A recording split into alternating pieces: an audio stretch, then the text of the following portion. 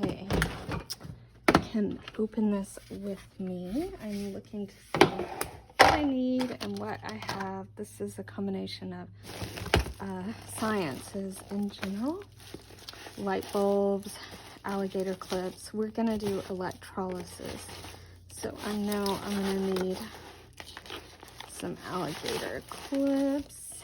I can untangle some of these. Use my light bulbs.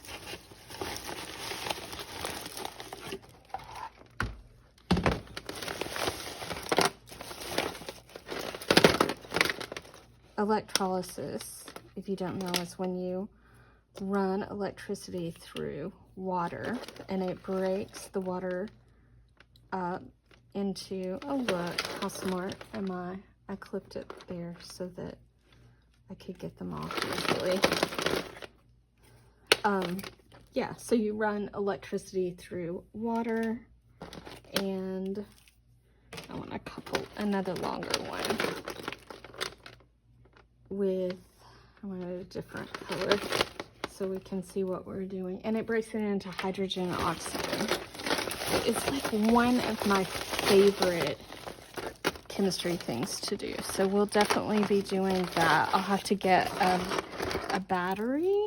I don't remember the voltage, but it's one of the semi-larger ones. Not a huge battery, but definitely bigger than 9-volt and AA and that kind of stuff. Okay, what else do we have here? This is some of my glassware. I'm definitely going to pull some of these out. These are from Home Science Tools, and I've got another package coming with other things that I need for that. This is a chemistry kit that comes with a bunch of glassware, and I actually am an affiliate for these, so I will try to find the link for this. But this is a larger beaker, an Erlenmeyer flask, and this is a smaller beaker. I'm going to pull a few of those out so that we have them on a regular basis, and I package them up like this so it's easy for me. And then what else? We're going to need some tubing because we're going to be collecting some gases. And that tubing, I don't know if you could see, this one doesn't have it, but this tubing has a little glass thing here that we're definitely going to need. Funnels and small graduated cylinders. Hello, kitty. Large graduated cylinders and a thermometer. We're definitely going to need that. I've got various size syringes. I'm trying to decide. We're going to do a density column. These might come in useful for that. So I think I'll get one of those out. These are test tube clamps. I'm gonna get one just in case. I think we're gonna do melting point, boiling point. These are some pipettes, which are also useful. This also comes with pipettes and litmus paper. I think I'm going to use red cabbage for indicators, so I don't think I'm going to do litmus, but I am going to pull out a couple of these for the tubing, and then also I'm going to need some of these stoppers. Ooh, they are two. I thought that they were one stopper hole. Okay, I have to figure that out because we're going to be doing some gas collection, and we need the gas not to escape. All right. Oh look, they have these two. We're not gonna be using those, I don't think. All right, and then I think I have, oh, these are safety glasses. Excellent. I need to pick us a couple of safety glasses out. So years ago, I taught chemistry at a co-op, and that's why I have so many of these things. I taught several chemistry classes. Okay, I think that's all I need from this one. Let's go to the next one. Box 2 here. Oh yeah. These are our test tubes. We're gonna need holders. We're gonna need a lot of those. And these are our test tubes, which I keep. We'll need those. Oh, little apron. That's a good idea. I think I'll keep that out. There's another apron. Keep that out. These are burners. These come in the kit, the chemistry kit that I was talking about. They burn denatured alcohol. They have a little stopper here to stop the flame. And this acts as a wick, so it's kind of like a mini Bunsen burner, but different fuel and stuff. This is to guard the flame so that the air doesn't bother it. And then it screws off and you put the oil in here. Not great lighting, sorry about that. And then we have this that sits over it so that you can heat things on it. I love this. You can do the vast majority of things that we're going to be doing on this stove. There are a couple where you need a flame, but you could use a candle for that. But, you know, I have it and it's really cool. So, all right, these are more test tubes. I think I'll just keep those out. These are sealed Petri dishes.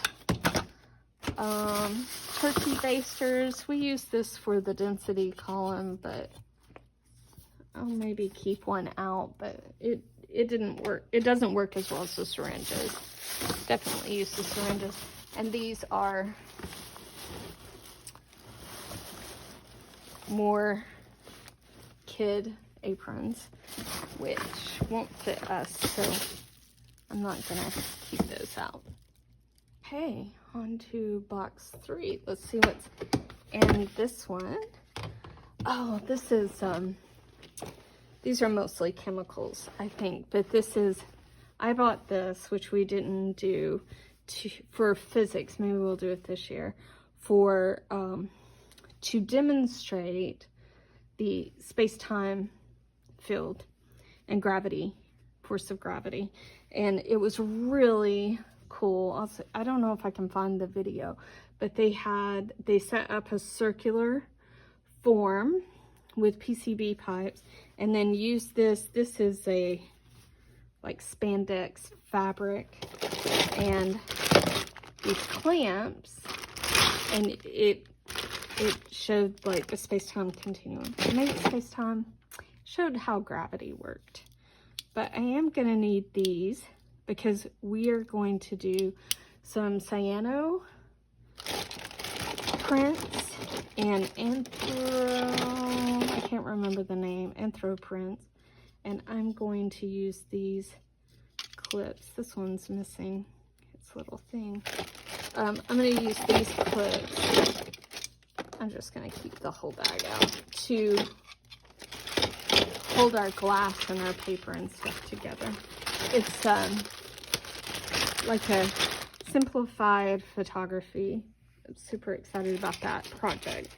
All the projects are going to be so amazing. Okay, and I got some really good ideas if you didn't know. Okay, these are plates that we use for viscosity races, which we've done before, but I bought them somewhere. They're just cheap plastic. And I've put a line here, and you drip liquids, various liquids.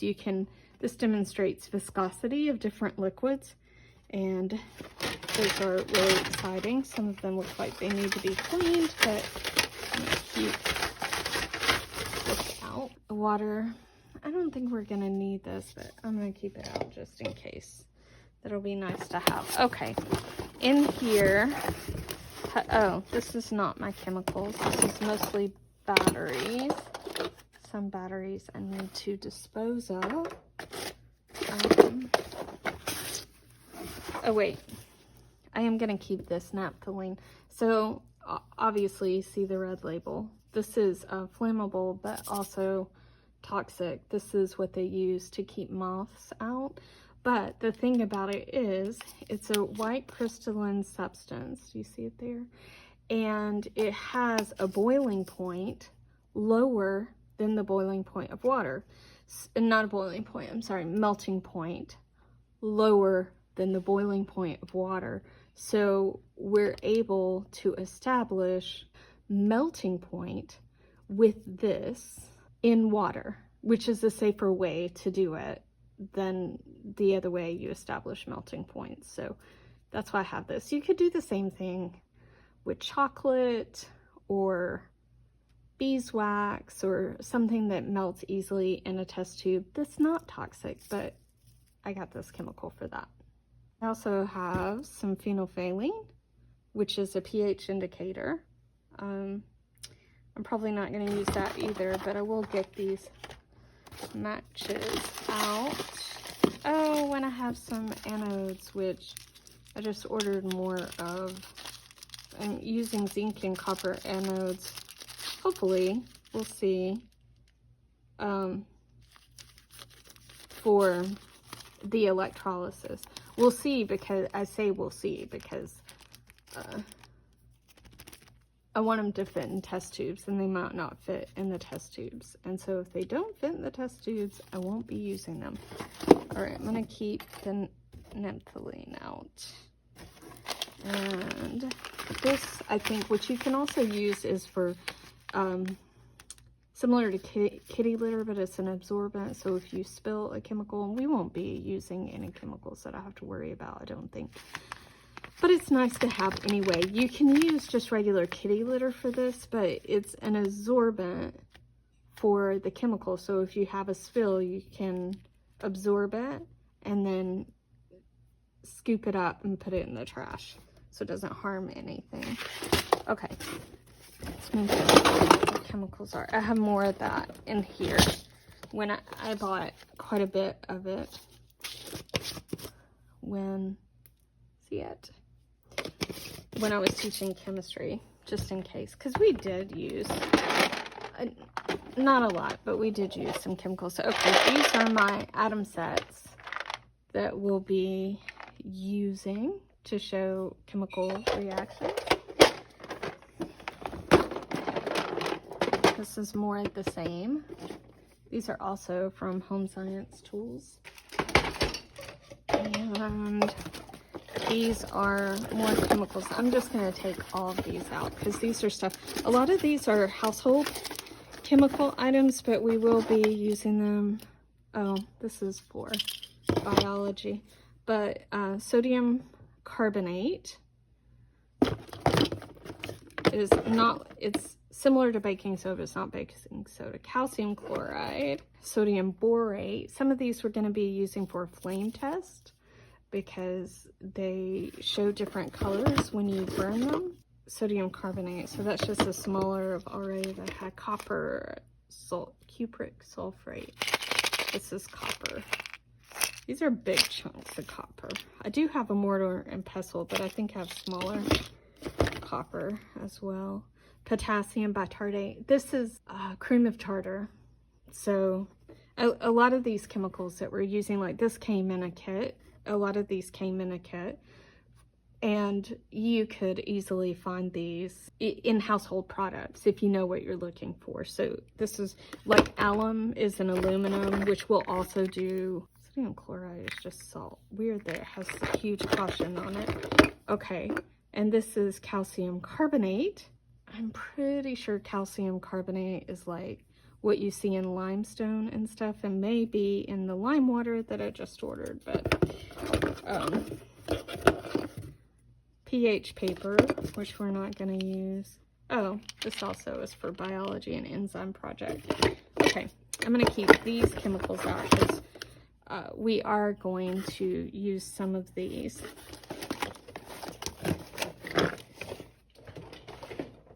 All right, and the last thing here, this is just a box of odds and ends that I have from other chemistry sets. Like that's cornstarch. These are chromatography paper. Actually, I'm gonna keep that out. More Petri dishes. This one is not autoclaved. This is red cabbage indicator, but we will make our own. Color tablets, filter paper. Filter paper is great for like if you're going to show precipitation out of water, a precipitant, then you can filter it out and see the change. So it goes from like two liquids in a chemical reaction that produce a solid. That's pretty cool. I don't think that's one of the things that we'll be doing. That's for biology. These are polymer chains, which, and that's the same as the water crystals. Well, these have actually absorbed some water. I'm gonna throw those out. And more pH indication stuff. So one of the things that I really enjoy doing is a bioluminescent or chemoluminescent demonstration. So I ordered one of those kits. It's a fun way to show. So there's 3 different ways that you know a chemical change has happened. Like there is a heat difference, an exchange of heat energy. Either it releases heat or it takes in heat. And so it's either hot or cold, like it makes the reaction either hot or cold. Or you can see a color change that indicates it. And then the other one, dropping my mind, is light. A light is emitted as a chemical reaction. And so the chemoluminescence is chemo instead of bio because it's not a biological organisms. We're playing with the chemicals.